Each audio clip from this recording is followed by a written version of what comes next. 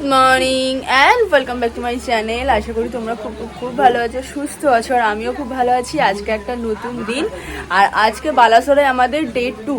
কালকে অলরেডি আমরা একটা দিন কাটিয়ে ফেলেছি, আর কালকের ব্লগটা আশা করি তোমাদের খুব ভালো লেগেছে, আর যতটুকু পেরেছি তোমাদের সঙ্গে শেয়ার করার চেষ্টা করেছি। আর আজকে সকালটা শুরু করেছি বেড টি দিয়ে। সকালবেলা ঘুম থেকে উঠে পাশে দেখছি এরকম সুন্দর একটা ওয়েদার, আর তার সাথে বেড টি খেতে খেতে ওয়েদারটাকে তো আগে এনজয় অবশ্যই। ডে 2তে আমরা যেখানে ঘুরতে যাব সেটাও তোমাদের সঙ্গে অবশ্যই শেয়ার করব।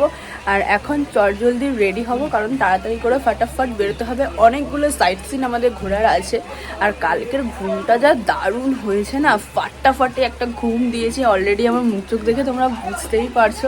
চলো বেশি বকবক করবো না, আগে চাটা এনজয় করি, তারপরে রেডি হয়ে এসে তোমাদের সাথে কথা বলছি। সুন্দর করে রেডি হয়ে চলে এসেছি, আমাকে কেমন লাগছে তোমরা জানাবে। আর এসছি ডাইনিংয়ে, সবাই মিলে ব্রেকফাস্ট করছি। আর মায়ের শরীরটা খারাপ হয়ে গেছে একটুখানি। এই যে আরেকজনকে দেখো খাচ্ছি দারুণ একটা ব্রেকফাস্ট সকালবেলা। ব্রেকফাস্টটা দেখাই, রয়েছে ব্রেড অমলেট, তার সাথে ক্যাচআপ আর মিষ্টিটা কিন্তু রাত্রেবেলা সকালবেলা করে রোজই পাওয়া যাচ্ছে। চলো ব্রেকফাস্টটা করি। এই যে আরেকজনকে দেখো এখানে খাওয়া দাওয়া হচ্ছে। বল, কথা বলতে পারছে না, এত খেতে ব্যস্ত। চলো ব্রেকফাস্টটা করে দিই। গাড়িতে উঠতে না উঠতেই এদের অবস্থাটা একবার দেখো জাস্ট। এরা রীতিমতো নাচানাচি শুরু করে দিয়েছে।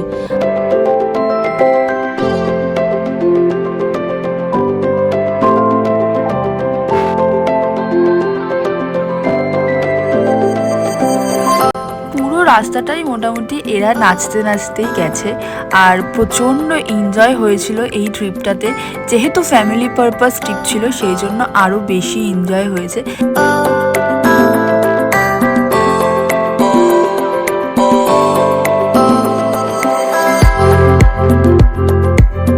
আজকে সাইট সিনে আমরা 4টে জায়গা ভিজিট করব। তার মধ্যে ফার্স্ট যে জায়গাটা পড়বে সেটা হচ্ছে একটি রাধাকৃষ্ণের মন্দির। অসাধারণ মন্দির। চলো মন্দিরে মোটামুটি পৌঁছেও গেছি, আর তোমরাও একবার মন্দিরটা দেখো। অসাধারণ পুরনো দিনের কারুকার্য করা।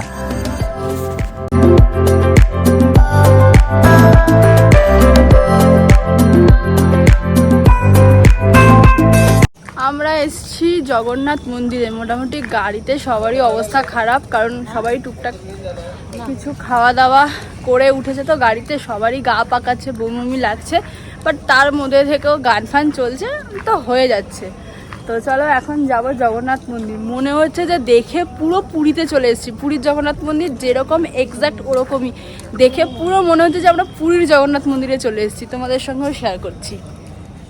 আমি মন্দিরের ভেতরে ঢুকিনি, যার কারণ আমার শরীরটা প্রচণ্ড খারাপ লাগছিল, আর আমার ওই অতগুলো সিঁড়ি ওপরে ওঠার মতো কোনো শক্তিও ছিল না। সেই জন্য আমি আর মন্দিরের ভেতরে ঢুকিনি।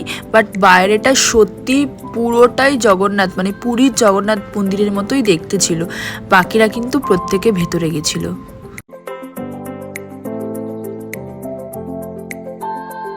ওই দেখো দূরে দেখা যাচ্ছে পাহাড়। বালাসোর উড়িষ্যা এমনই একটা জায়গা যেখানে গেলে তোমরা কিন্তু 3টে জিনিস একসঙ্গে উপভোগ করতে পারবে। প্রথম হচ্ছে সমুদ্র, দ্বিতীয় জঙ্গল, আর তৃতীয় হচ্ছে পাহাড়। আমাদের সমুদ্র আর জঙ্গলটা কিন্তু ভিজিট করা হয়ে গেছিল। দেখতে দেখতে পাহাড়ের একদম সামনেও চলে আসলাম, পাহাড়টাও দেখা হয়ে গেল। আর এবারে চলে আসলাম রাজবাড়ি। রাজবাড়ির ভেতরে আমরা ঢুকতে পারিনি, কারণ রাজবাড়িতে এখন চলছে কাজ, তাই রাজবাড়ি কিছুদিনের জন্য এখন বন্ধ রয়েছে। রাজবাড়ির আশপাশটা ঘুরে সুন্দর একটা প্রাকৃতিক সৌন্দর্য উপভোগ করে আমরা কিন্তু চলে যাচ্ছি অন্য একটা স্পটে। আমরা পুরো গরমে বিধ্বস্ত অবস্থা। সকালবেলার দিকে বৃষ্টি হলো, আর এখন জাস্ট ওয়েদারটা দেখো, পুরো রোদ্রু উঠে গেছে, খটখটে রোদ্রু। চলো রাজবাড়ি দেখা কমপ্লিট। রাজবাড়ি দেখা কমপ্লিট। এইবারে আমরা যাব পঞ্চলিঙ্গেশ্বর মন্দির, যেটা বালাসোরে সব থেকে ফেমাস পঞ্চলিঙ্গেশ্বর মন্দির। চলো তার আগে আমরা যে পাহাড় দেখলাম, নীলগিরি পাহাড়, নীলগিরি তো, হ্যাঁ নীলগিরি পাহাড় দেখলাম, নীলগিরি পাহাড় দেখলাম আমরা আসার সময়। আর এখন যাচ্ছি পঞ্চলিঙ্গেশ্বর মন্দির। মুখ দেখেছো? সকালবেলা ওয়েদারটা একটু মেঘলা ছিল, বৃষ্টি হচ্ছিল, আমরা তো পুরো ভয় পেয়ে গেছিলাম যে কি হবে কি না হবে। কিন্তু এখন পুরো গরম লাগছে রীতিমতো। আমাদের গাড়িতে এসি চালিয়েও আমরা টিকতে পারছি না, এতটা রোদ্র উঠে গেছে।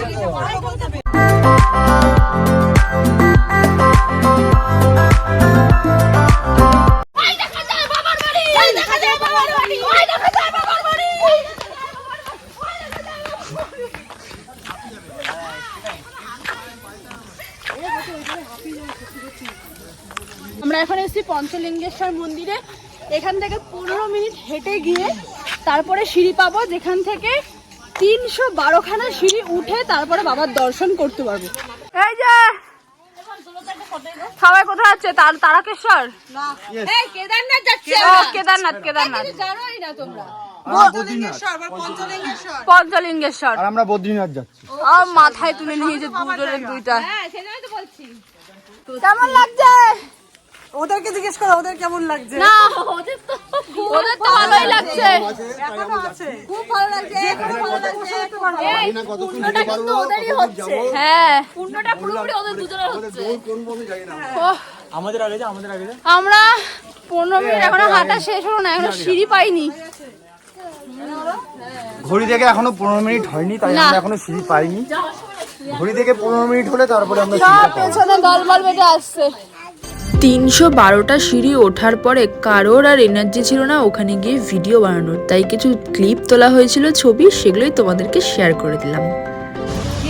সবার চলছে এখন আইসক্রিম খাওয়া, গরমে ঠান্ডা ঠান্ডা ব্যবস্থাপনা। এটা এসে করেছে।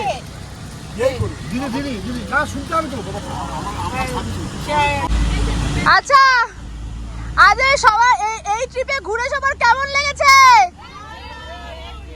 সবাই কেমন এনজয় করেছো? তাহলে আমরা কি বলতে পারি? Happy family, hip hip hip hip hip hip. আজকে চলছে দ্বিতীয় দিনের দুপুরের খাওয়া দাওয়া। কেমন মাছ কেমন লেগেছে সবার বলো? আমাদের কমপ্লিট মাছ কথা ছিল না, কিন্তু তাও আমাদের এত বড় কমপ্লিট দেওয়া হয়েছে। দারুণ দারুণ। মানে বলো যে পমফ্লেটটা অপশনে ছিল না, কিন্তু আমরা বলাতে দিয়েছে, ডিমান্ডিং মাছ দিয়েছে, ডিমান্ড করাতে। কেমন? খুব ভালো। তোদের বদনামের কোনো জায়গায় নেই। বদনামের জায়গায় নেই। তোমরা? আচ্ছা আজকে মেনুটা একবার বলি কি কি আছে। ভাত, লঙ্কা, পেঁয়াজ, স্যালাড, এখানে রয়েছে আলু ভাজা, চাটনি, ডাল, এটা হচ্ছে আলু পটলের তরকারি, এটা হচ্ছে চিংড়ি মাছ, চিংড়ি মাছের মালাইকারি। এই যে চিংড়ি মাছটা দেখালাম তোমাদেরকে, এই যে, আর রয়েছে পমফ্লেট। দুপুরের খাওয়া দাওয়ার পরে একটা লম্বা ঘুম দিয়ে চলে এসেছি ইভিনিং স্ন্যাক্স নিয়ে। না আমি না, ওরাই নিয়ে এসেছিলো ইভিনিং স্ন্যাক্স। আর দ্বিতীয় দিনের স্ন্যাক্সে ছিল চিকেন পকোড়া আর পনির পকোড়া। হ্যাঁ, ওরা ভেজ ননভেজ দুটোরই কিন্তু অপশান রেখেছিল, যে যেটা খেতে চাও তারা সেটাই খেতে পারো। তারপরে খাওয়া দাওয়া কমপ্লিট করে একটু কোল্ড ড্রিঙ্কস খেয়ে আজকের মতো ভিডিওটা এখানেই শেষ করব। রাতের কোনো ক্লিপ নেওয়া হয়নি, যার কারণ মনটা একটু খারাপ ছিল, পরের দিন সকালে বেরিয়ে যাব তার কারণের জন্য। তো চলো আজকের মতো ব্লগটা এখানেই এন্ড করছি। ভালো লাগলে একটা লাইক, কমেন্ট, সাবস্ক্রাইব। সকলকে টাটা।